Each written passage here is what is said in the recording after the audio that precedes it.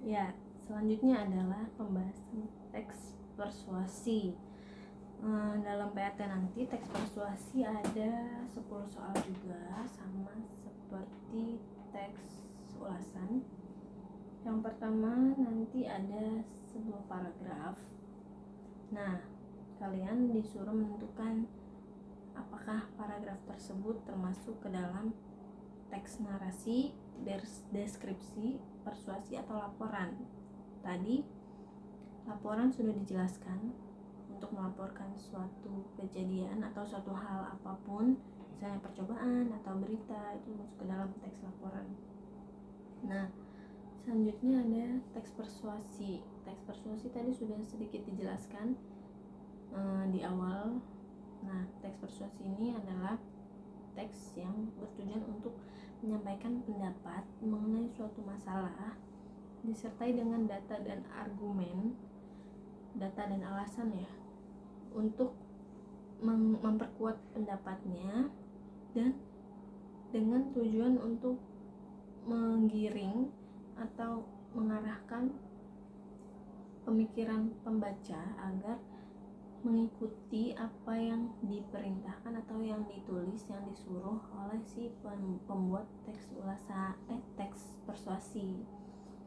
Nah, intinya adalah untuk mengajak pembaca melakukan sesuatu.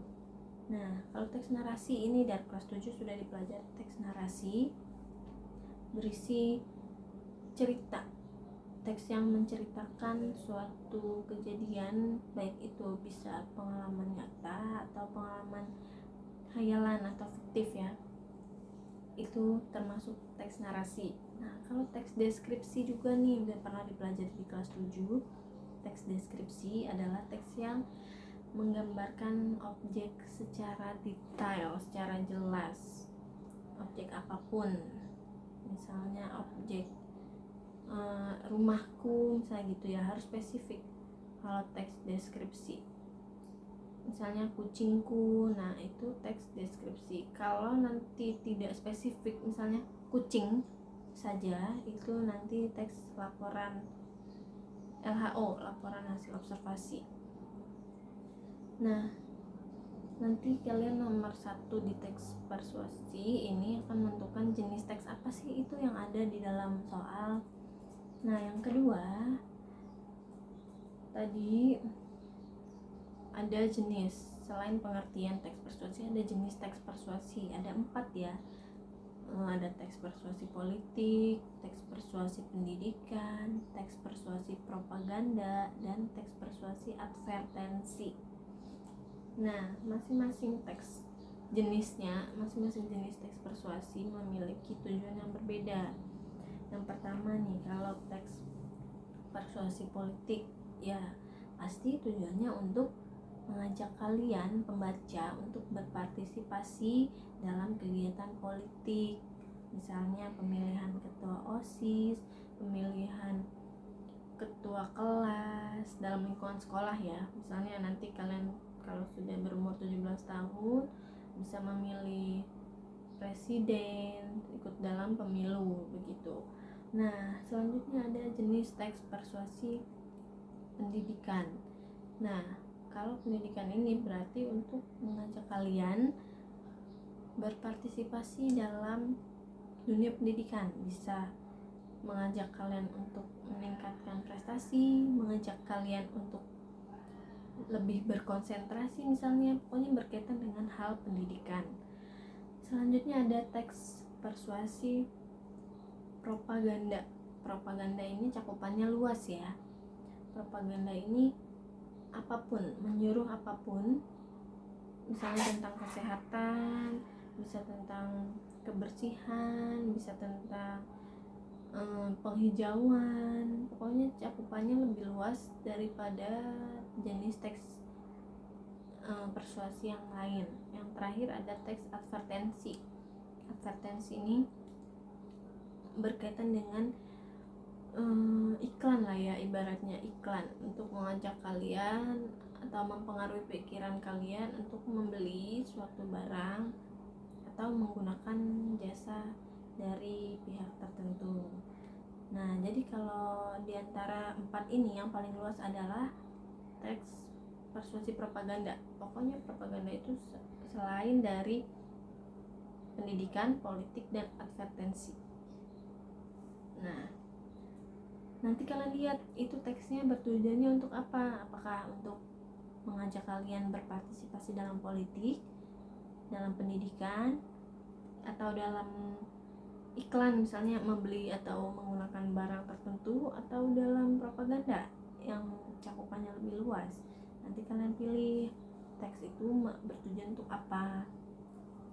Yang ketiga ada judul. Nah, kalau di teks itu pasti ada judulnya, dan judulnya itu sudah dari judulnya aja udah bisa ketahuan itu teks apa.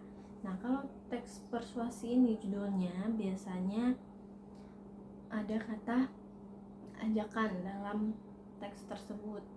Judulnya misalnya, mari gunakan listrik dengan bijak, misalnya seperti itu. Ayo bangun kepercayaan diri.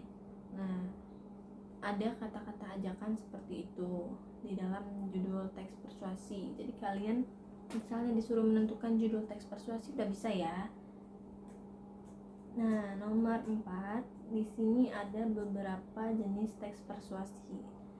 Ada 2 nih secara umum ya, ada teks persuasi, ada persuasi tulis atau lisan. Jadi kalau tulis ya kalian bisa menemukannya dalam bentuk tulisan. Misalnya dalam iklan yang ditulis gitu, yang dalam bentuk cetak, atau dalam, kalau lisan itu biasanya pidato, ceramah gitu, tayangan iklan yang di TV, nah itu lisan. Tapi kalau iklan yang kalian lihat di koran atau di Instagram yang dalam bentuk tulisan, nah itu berarti tulisan ya, bentuknya bukan lisan, bukan diucapkan. Nah, selanjutnya ada beberapa judul teks persuasi ini ya. Nah, kalian disuruh memilih yang mana sih judul yang digunakan untuk teks persuasi pendidikan. Kalian cari aja yang berhubungan dengan dunia pendidikan itu yang mana. Nah, nanti kalian tentukan judul yang tepat untuk teks persuasi pendidikan. Yang keenam, ada sebuah paragraf dan terdapat kalimat khas dalam teks persuasi. Ada 3 ya, ada kalimat ajakan, ada kalimat saran, dan kalimat arahan. Kalau kalimat saran, ada ciri-cirinya, ada kata sebaiknya, seharusnya, hendaknya, itu saran. Kalau yang ajakan tadi seperti yang sudah ibu jelaskan, ada kata ayo, ada kata mari. Dan kalau yang arahan biasanya itu kata kerjanya ada imbuhan lah di akhir, misalnya belajarlah, terus makanlah, terus berolahragalah. Nah, seperti itu untuk yang arahan. Jadi nanti ada paragraf, kalian disuruh menentukan salah satu dari 3 kalimat yang khas dalam teks persuasi. Nah, nomor 17 hampir mirip-mirip soalnya dengan nomor yang tadi sebelumnya. Ada sebuah ilustrasi kalimat ya, ada sebuah kalimat. Nah, nanti kalian disuruh mengubah kalimat tersebut menjadi salah satu dari 3 kalimat tadi. Bisa itu kalimat saran, arahan, atau ajakan. Disuruh ubah menjadi salah satu kalimat tersebut. Harus tahu ciri-cirinya ya, seperti tadi ya, dari masing-masing kalimat. Selanjutnya ada sebuah paragraf.